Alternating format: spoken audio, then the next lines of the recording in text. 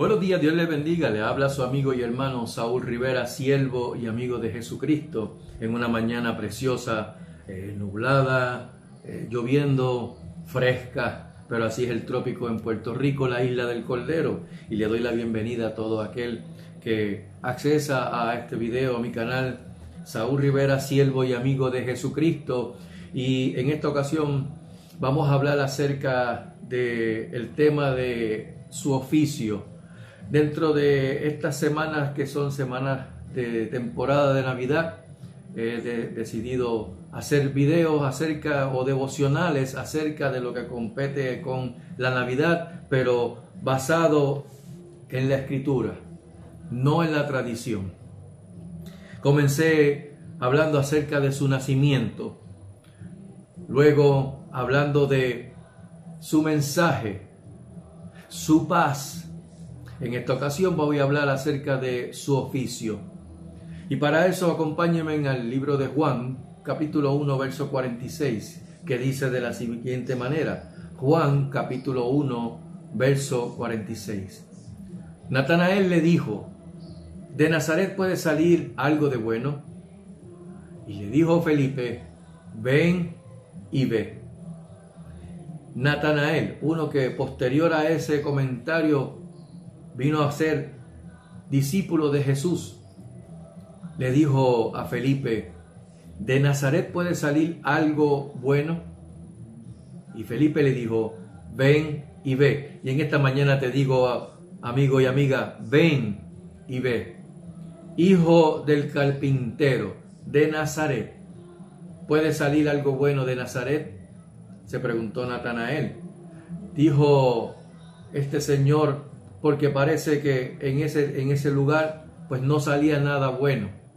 Y aquí tenemos a Jesús, a ese que lo conocen muchos en esta temporada como el niñito Jesús, el que está en un pesebre de paja. Y tenemos a este Jesús con su oficio, hijo del carpintero. Lo mismo que pasó cuando estaba en otra ocasión, cuando vieron a Jesús y de la multitud dijeron: pero este no es el hijo de José, el carpintero. El carpintero, a diferencia de lo que se conoce hoy como un carpintero, que es el que trabaja con la madera, en el tiempo de Jesús un carpintero servía como albañil también. Era un trabajador de la construcción, bregaba tanto con madera como con barro, ladrillo, para elaborar estructuras o construir casas como se construía en aquel entonces. Es interesante ver cómo en nuestra niñez muchos de nosotros fuimos criados de una manera u otra bajo un ambiente cristiano, a otros bajo un ambiente religioso, cultural, tradicional o de tradición. Otros tal vez no hayan corrido con la misma suerte o la misma experiencia. El punto es que de alguna manera u otra, querido amigo, experimentamos de la religiosidad tradicional, y algunos con un énfasis o con más énfasis que otra persona.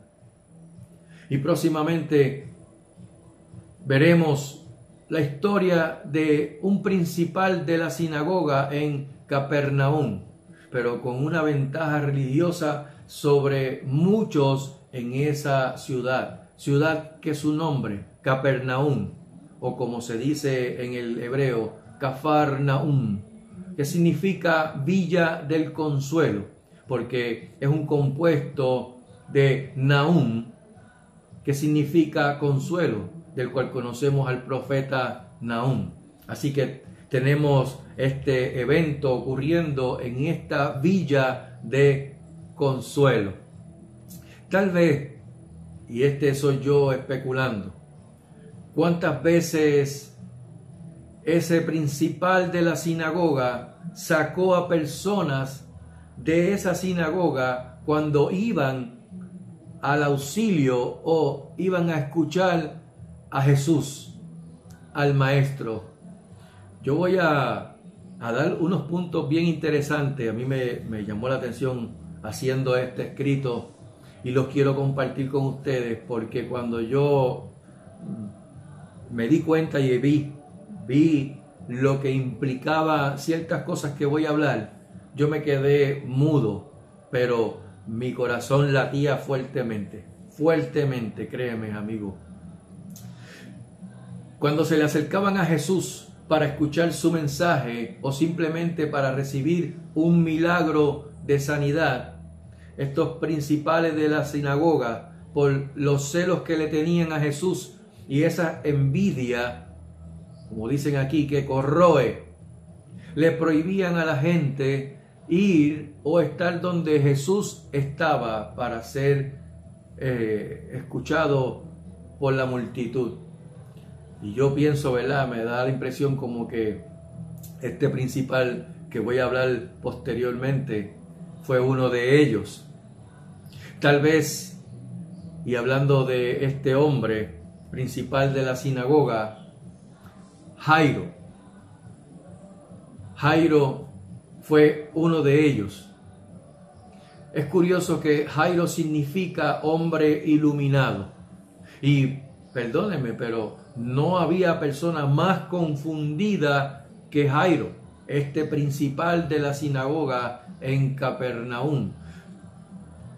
Con todo y su orgullo de ser un principal de una de las sinagogas que había en la región de Israel, estaba con una mezcla de pensamientos y sentimientos al ver a una multitud que agolpaba a Jesús, tal vez pensando el que lo verían acercarse al que ellos mismos, siendo principales de la sinagoga, ellos mismos odiaban y buscaban que este hombre no hablase en la sinagoga al ver a Jesús.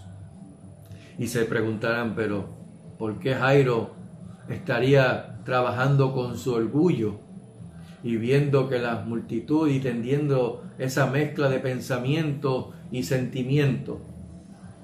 Bueno, está el punto de que como quiera, él estaba allí y estaría pensando, ¿qué pensarían ellos al verlo allí? Y no solo eso, sino que cuenta la historia en el libro de Lucas, en el capítulo 10, creo que, cuando dice que corrió y se postró ante Jesús. Así que fue una total mezcla de pensamientos y sentimientos. Y todavía deben estar preguntándose, pero ¿por qué este hombre correría a los pies de Jesús? En Lucas capítulo 8, los versos del 40 al 56, relata esta historia de Jairo. Así que tenemos a este hombre, principal de la sinagoga, con una mezcla de pensamientos y sentimientos, totalmente confundido y desesperado. ¿Sabes por qué? No era para menos, querido amigo. No era para menos. Su hija, su única hija de aproximadamente como de unos 12 años, estaba enferma, se estaba muriendo. No sé cuántos son padres o madres aquí, de los que me están viendo o escuchando. Y aquí puede pues que yo me ponga un poco sentimental, me quebrante un poco, pero ¿qué no haríamos nosotros por nuestros hijos? ¿Cuánto duele en el corazón ver a uno de nuestros hijos enfermo y mucho más enfermo de muerte, sabiendo que no tenemos otra opción sino esperar que se muera nuestro hijo?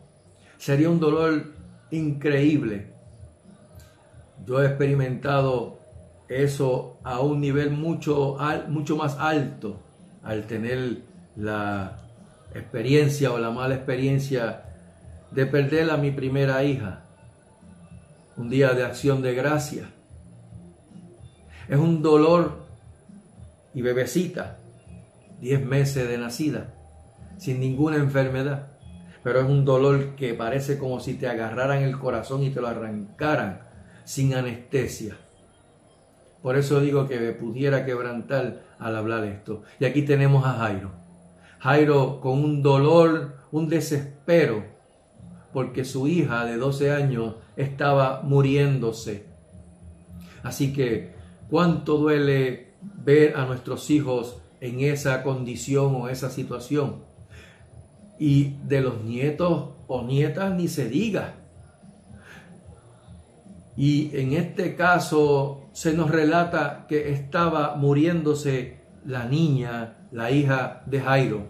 Y el amor de un padre o de una madre por un hijo puede más que cualquier orgullo que pueda haber en una persona o en uno como ser humano. Así que tenemos a un principal de la sinagoga, a Jairo, totalmente confundido y devastado por su situación.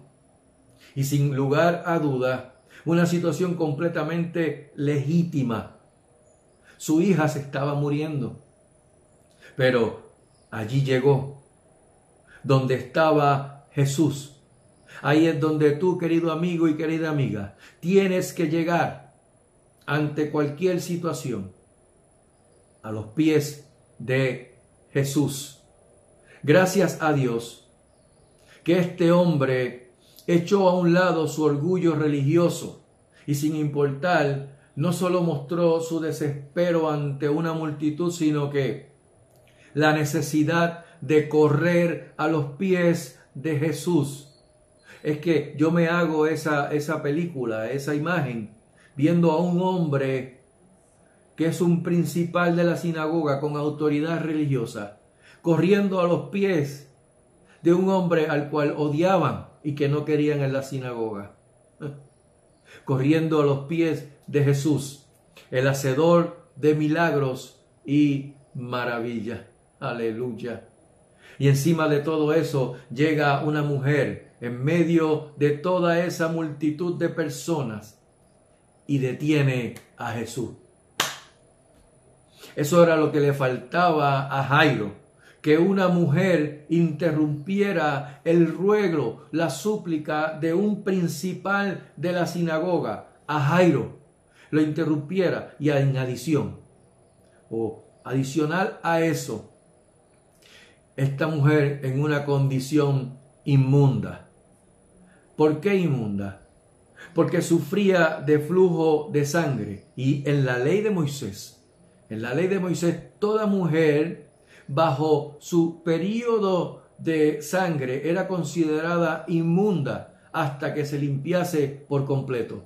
No podía mezclarse, juntarse con las personas, y ninguna persona podía tocarla porque se consideraban también inmunda porque tenía flujo de sangre, al punto que tampoco podía ni siquiera acostarse junto a su marido. Tenía que estar completamente aislada. Y ella llevaba no el periodo que tiene normal una mujer, de tal vez una semana. Llevaba 12 años con un flujo de sangre y había gastado todo su dinero, todo lo que tenía en médicos, y no sanaba, no curaba. Pero tocó el borde del manto de Jesús. Y dice la Escritura que al instante se detuvo el flujo de su sangre. ¡Aleluya! Y aquí me tengo que detener por un momento.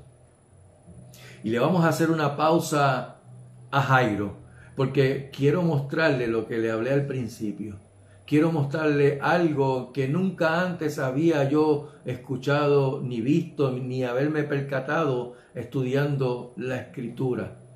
Por eso es que es importante escudriñar y seguir indagando y buscando más a fondo. Porque es que esta Escritura, la Biblia, la palabra de Dios, no se cansa de saciarnos en el conocimiento de Jesucristo, en el conocimiento de Dios, en el conocimiento de su palabra. Aleluya. Así que tengo que hacer una pausa al caso de Jairo para poder compartirle a ustedes lo que encontré en la Escritura, que yo sé que les será de muchísima bendición. ¿Por qué esta mujer tocó el manto de Jesús? ¿Por qué tocó el borde? Porque en Lucas habla acerca de el borde de su manto y que al instante se detuvo el flujo de su sangre. Y aquí hay unas implicaciones bien buenas, porque está tocando al maestro. Y como dijo él, virtud salió de él. Ahora, ¿por qué ella tocó el borde? ¿Por qué no le agarró los pies? ¿Por qué no tocó su vestido, su túnica? ¿Por qué fue el borde de su manto? El manto no era mágico. Por si acaso tienen esa idea o van pensando de que yo voy a hablar de eso, que tenía poder. No. No es una varita mágica que al tocarla ocurre magia. No. Entonces, ¿qué tenía ese manto que ella quería acercarse y tan solo poder tocar el borde de su manto? No tenemos el manto de Jesús. Pero sí, yo te voy a enseñar en esta hora un manto, un talit, es lo que se conoce, el talit, con lo que se abrigan, con lo que se ponen encima los sacerdotes y los judíos. Aquí tengo yo un talit. Son de diferentes colores, vienen en color negro, en color azul, con 4 flecos que se le conoce o lo que se le llama los tzitzit. Y este manto, permítame un momento porque tengo que hacerle una referencia aquí con esto. Voy a cubrirme un momento con él.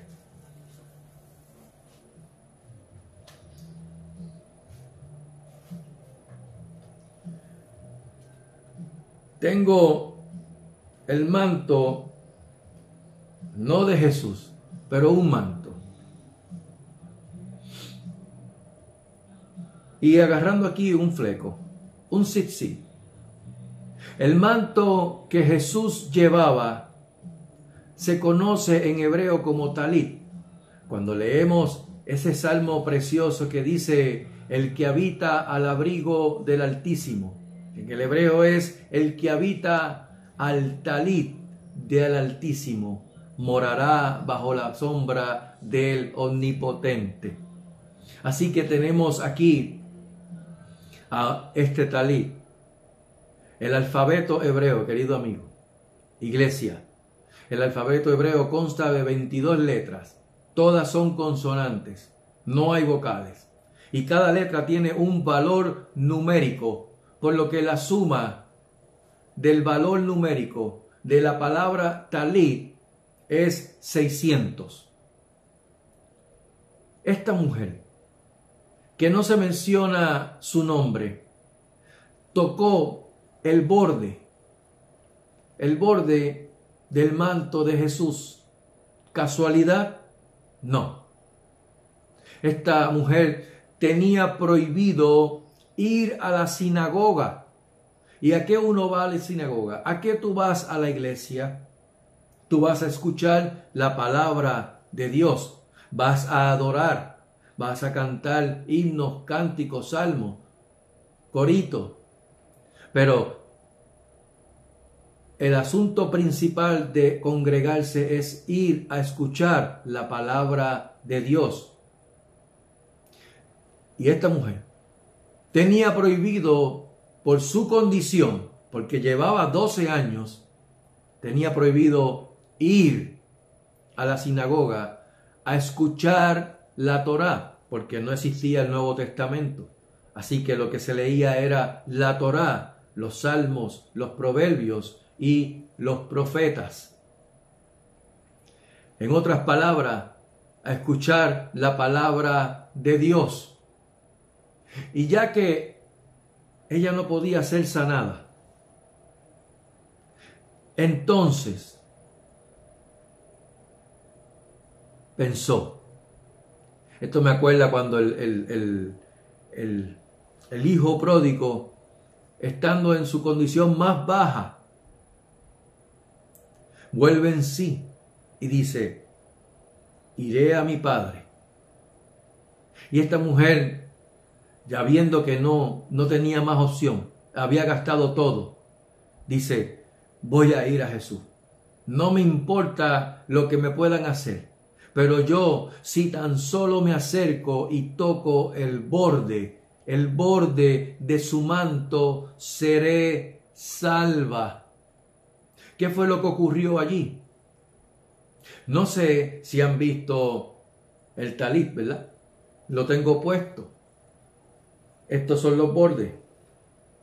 Pero cada borde tiene un tzitzit o fleco, como se le conoce. Y estos flecos, llamados tzitzit, tienen o están compuestos de 8 hilos, 8 hebras de hilos.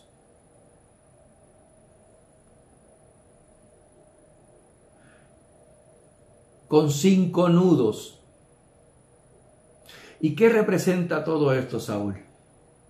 ¿Ya te estás convirtiendo al judaísmo? No, querido amigo. Quiero que conozcas cómo es que se interpreta la escritura para que puedas ver el significado completo cuando tú ves en mención o se menciona la escritura algún evento. Esta mujer tocó el borde del manto de Jesús. Borde que, como todos los mantos o todos los talit, tienen 4 flecos con 8 hebras y 5 nudos.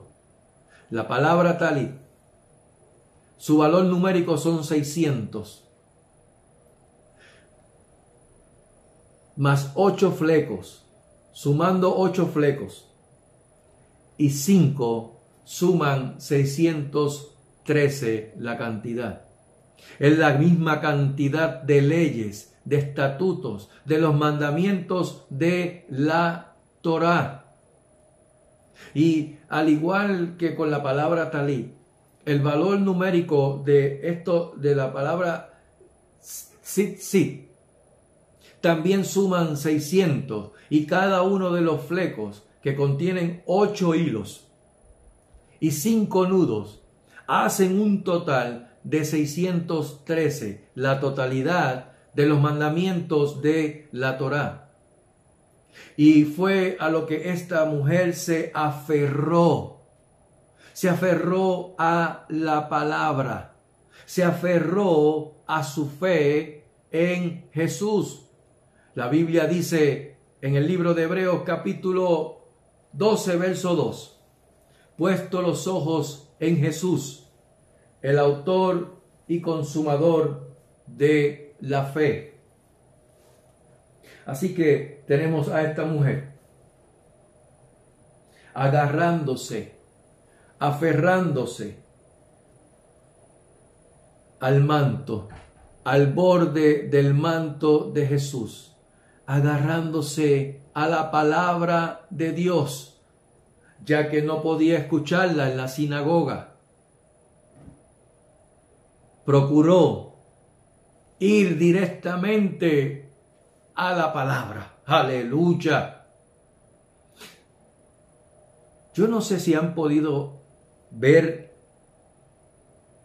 la importancia que tiene este evento como tal, esta intención de esta mujer, porque ella lo que hizo fue aferrarse a eso, aferrarse a la palabra.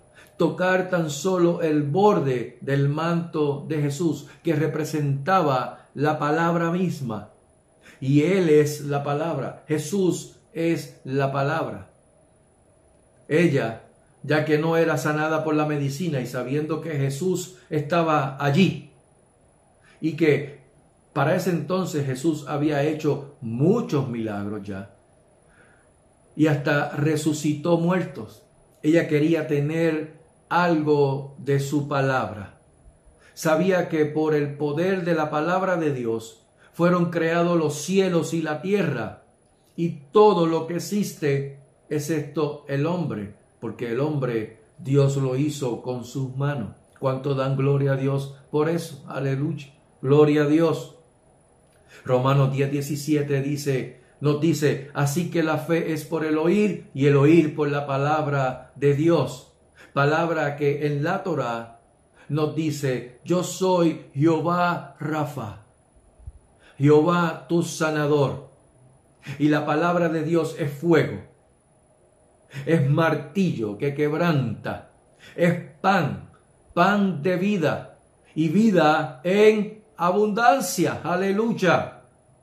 Yo no sé si están viendo esta riqueza que encontramos aquí en este evento relatado por Marcos, por Mateo y por Lucas. Y fue a lo que ella se aferró, a la palabra de Dios, el Verbo encarnado, a Jesús. Pero no tocó su túnica, tocó el borde de su manto, porque sabía que era la totalidad de la palabra, de los mandamientos, de lo que ella quería escuchar en la sinagoga y no se lo permitía. Tocó el borde de la palabra de Dios. Aleluya. Dije que le íbamos a dar una pausa al caso de Jairo. Volvamos otra vez a darle play al caso con Jairo. Esta mujer no era una religiosa. Sin embargo, Jairo sí era un hombre religioso. Y aquí tenemos a Jairo luchando tal vez con su orgullo. ¿Por qué? Porque era un hombre de autoridad. Era un principal de la sinagoga. Y ahí lo tenemos con una encrucijada increíble, porque era un hombre de poder religioso, un hombre representando la autoridad religiosa del pueblo, yendo tras un hombre que era completamente sencillo y simple. Jesús, un hombre que dijo en una ocasión que él no tenía ni siquiera dónde recostar su cabeza. Y Jairo, siendo interrumpido en su clamor, interrumpiendo su clamor, esta mujer considerada inmunda ante la sociedad y que déjeme decirle, él tenía la autoridad de mandarla a apedrear. Sin embargo, ella se arriesgó. Pero el desespero de Jairo era de tal magnitud que ni siquiera se percató en eso. Simplemente esta mujer lo interrumpió, ese clamor, detuvo a Jesús. Aún con el desespero que tenía Jairo. ¿Por qué? Porque se le estaba muriendo su hija de 12 años. Y esta mujer con 12 años siendo inmunda, también detiene a Jesús. Y si era suficiente la interrupción que hizo esta mujer ante su clamor por su hija que estaba agonizando de muerte, encima de eso le llega la noticia de que su hija murió. Más frustrante aún. Y el que le da la noticia se atreve a decirle a Jairo, no molestes más al maestro. Tenemos a este hombre desesperado porque se le está muriendo su hija. Corre a los pies de Jesús. Se postra. Óigame. Jesús, porque se postró frente a él. Y él se detiene. Por otro lado, en la parte de atrás, tenemos a una mujer metiéndose entre la multitud y tocando el borde de su manto. Y Jesús detiene por completo su caminata. Y le dice, alguien me ha tocado. ¿En serio, Jesús? Pero si la gente te está golpeando, ¿cómo tú dices que te tocó alguien? Sí, porque virtud salió de mí. Aleluya. Aleluya. La fe de esta mujer la hizo salva. Y al instante, el flujo de su sangre se detuvo. Definitivamente, que el orgullo de Jairo estaba siendo quebrantado completamente en ese momento frente al Maestro, frente a Jesús. ¿Sabes qué, querido amigo y amiga? Iglesia, no existe orgullo que no pueda quebrantarse a los pies del Maestro, a los pies de Jesús. Aleluya. No sé cuántos, y vuelvo otra vez a repetirlo, no sé cuántos son padres o madres, pero pregúntense, ¿qué harías? ¿Qué harías con esta situación? ¿Mandarías a apedrear a esa mujer? ¿O simplemente te enfocarías en Jesús, como dice la Escritura en Hebreos, puesto los ojos en Jesús, el autor y consumador de la fe? Así que el amor de un padre y una madre por un hijo o por una hija puede más que cualquier orgullo que ser humano alguno pueda tener de sí mismo, ya sea por tu posición social, por tu estatus social o político o religioso. El amor por un hijo puede más que cualquier orgullo. Y este principal de la sinagoga, Jairo, no pudo más. Dejó su orgullo a un lado y se postró a los pies del que todo lo puede. Del que, como dice en Filipenses 4:13, todo lo puedo en Cristo que me fortalece. Nada puede contra el que todo lo puede. Del que nada es imposible para él. Como le dijo a Elizabeth, porque nada es imposible para mí. Como le dijo el ángel a María acerca de Elizabeth. Elizabeth, tu parienta, tiene 6 meses ya de estado, de embarazo, siendo estéril, porque nada hay imposible para Dios. Fíjese en algo. Tenemos a Jairo, una autoridad religiosa, principal de la sinagoga, que yo diría con una fe vaga. Y presten atención, porque aquí voy a hacer una comparación. Pidiéndole a Jesús que fuera a su casa porque su hija de 12 años se estaba muriendo. Tal vez en su desespero se le bloqueó la mente. Se le bloqueó esa mente y simplemente lo llevó a eso, a decirle a Jesús que vaya a su casa. Pero frente a una mujer no religiosa, arriesgándose a que ese mismo Jairo la mandara a apedrear por estar en una condición inmunda, por su flujo de sangre, por 12 años, que estaba frente a la gente, metida entre la gente cuando no podía hacerlo. 12 años y una hija de 12 años. Cuando se encuentra la palabra 12 dentro de la Escritura, está hablándose de reino. Por eso fue que Jesús dijo en su ministerio, comenzando su mensaje, fue: arrepentíos, porque el reino de los cielos se ha acercado. Así que cuando vemos ese número 12 en las Escrituras, está hablándose de reino. Y tenemos a este hombre con una fe vaga, diciéndole a Jesús que fuera a su casa, frente a una mujer con una fe potente, tocando el borde del manto de Jesús, aferrándose a la palabra viva. Jesús, autor y consumador de la fe. Y aquí viene la comparación. Sin embargo, en una ocasión hubo un hombre que no era judío, ni mucho menos era un religioso, no era un principal de la sinagoga. Este hombre cuya fe, cuando se le acercó a Jesús, se sintió indigno de que Jesús fuera a su casa.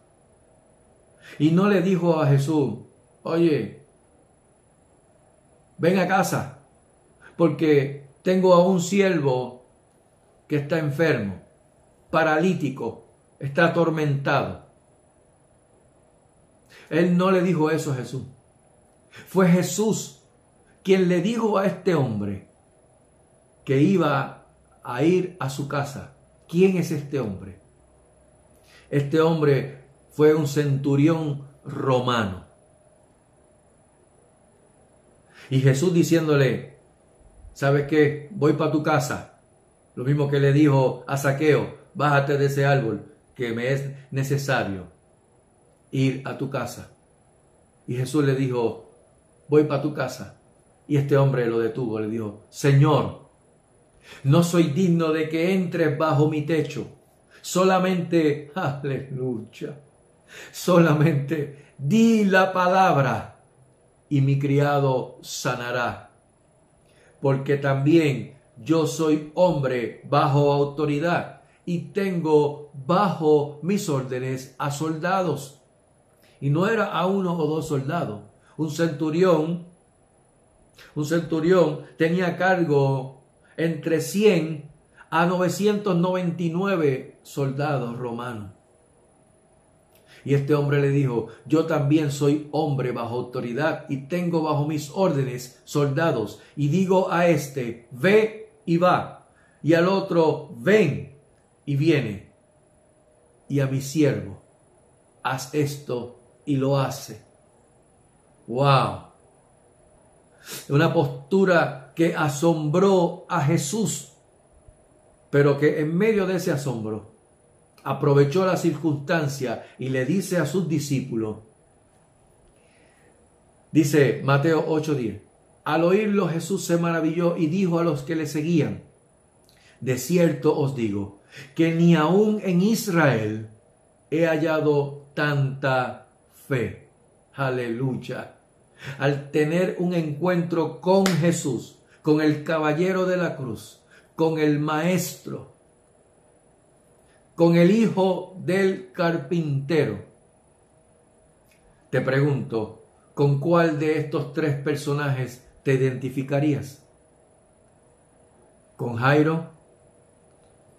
¿Con la viuda del flujo de sangre? ¿O con el centurión romano? Querido amigo y querida amiga, hay una enfermedad muchísimo, pero muchísimo, por demasiado, peor que una enfermedad física, peor que un flujo de sangre, peor que estar paralítico, atormentado, enfermo de muerte. Mucho peor es la enfermedad del corazón, la enfermedad del alma, en el cual no existe medicina alguna que pueda sanarla, que pueda curarla. No existe. Solamente la intervención del Maestro, Jesucristo. Jesús dijo: y no temáis a los que matan el cuerpo, mas el alma no pueden matar. Temed más bien a aquel que puede destruir el alma y el cuerpo en el infierno. Mateo 10:28. Lamentablemente, porque dirán: Saúl, pero iba a lo más bien, ya estaba bien pompeado o pompeado. Y vienes a tocar el tema del infierno. Lamentablemente para muchos escucharlo. Pero necesario e imprescindible mencionarlo también. Es que fue Jesús mismo quien habló más del infierno que cualquier otra persona que pudieras leer en las Escrituras. Palabra que a nadie le gusta escuchar y que lamentablemente ya casi nadie desde los púlpitos se atreven ni siquiera a mencionarlo o hablarlo por el miedo a que se le vayan de la iglesia. La palabra infierno. Pero ¿sabes qué? Yo lo he mencionado en un sinnúmero de ocasiones en mis videos. Todo aquel que por ignorancia, porque he dicho que hay tres tipos de ignorantes. El que ignora porque desconoce, el que ignora porque no le importa y el que ignora porque no quiere saber. Todo aquel que por ignorancia, por ignorar el llamado de Dios, su camino, su fin es la muerte. Porque dice la Escritura que la paga del pecado es la muerte, y no es la muerte física, sino la muerte segunda, la que va a llevar a todo ser humano que quiso ir en contra de la palabra de Dios y rechazando a Jesucristo, que es la palabra viva. Su fin es el lago de fuego y azufre. Y tengo que mencionártelo, querido amigo, para que escapes de esa condición, de esa enfermedad del alma, del corazón, la cual quien único puede sanarla y salvarla se llama Jesucristo, Jesús de Nazaret, el Hijo de Dios, el Maestro. Y te hago esta invitación, querido amigo y amiga, porque ¿sabes qué? Dios pasó por alto toda ignorancia. Y dice en la Escritura, pero Dios, habiendo pasado por alto la ignorancia, esta ignorancia, ahora manda a todos los hombres en todo lugar a que se arrepientan, por cuanto ha establecido un día, al cual juzgará al mundo con justicia por aquel varón a quien designó, dando fe a todos con haberle levantado de entre los muertos.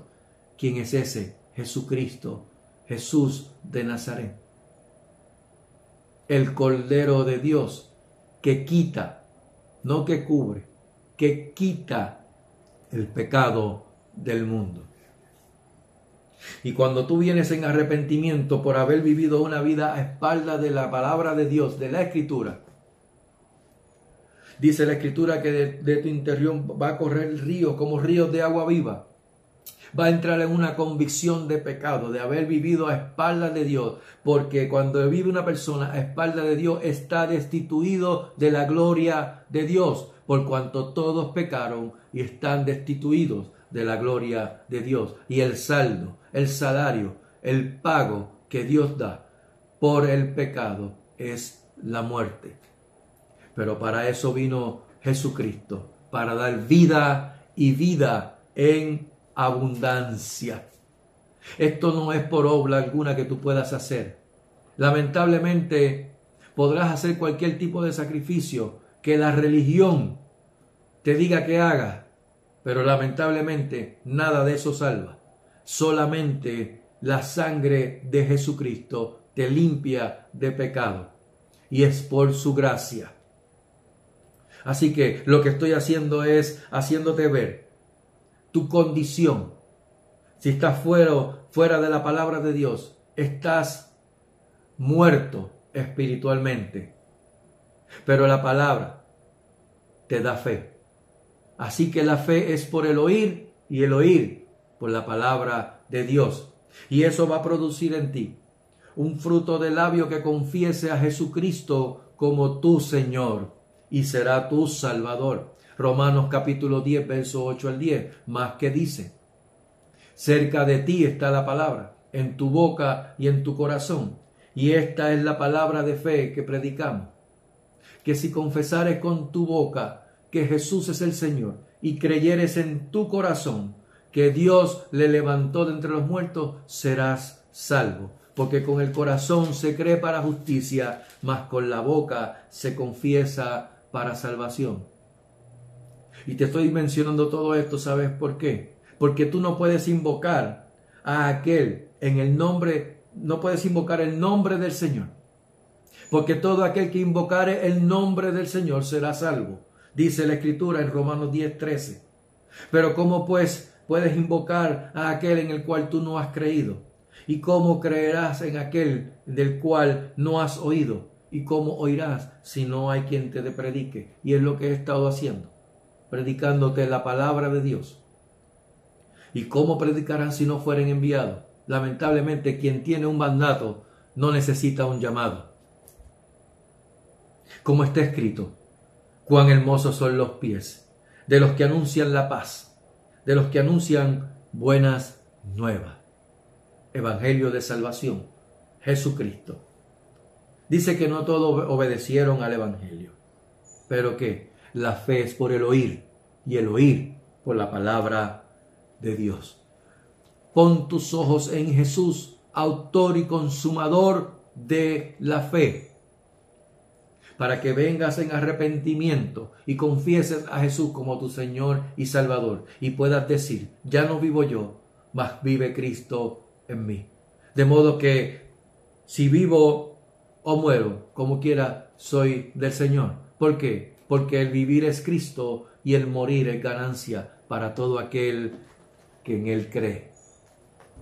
Si escuchaste hoy su voz, querido amigo,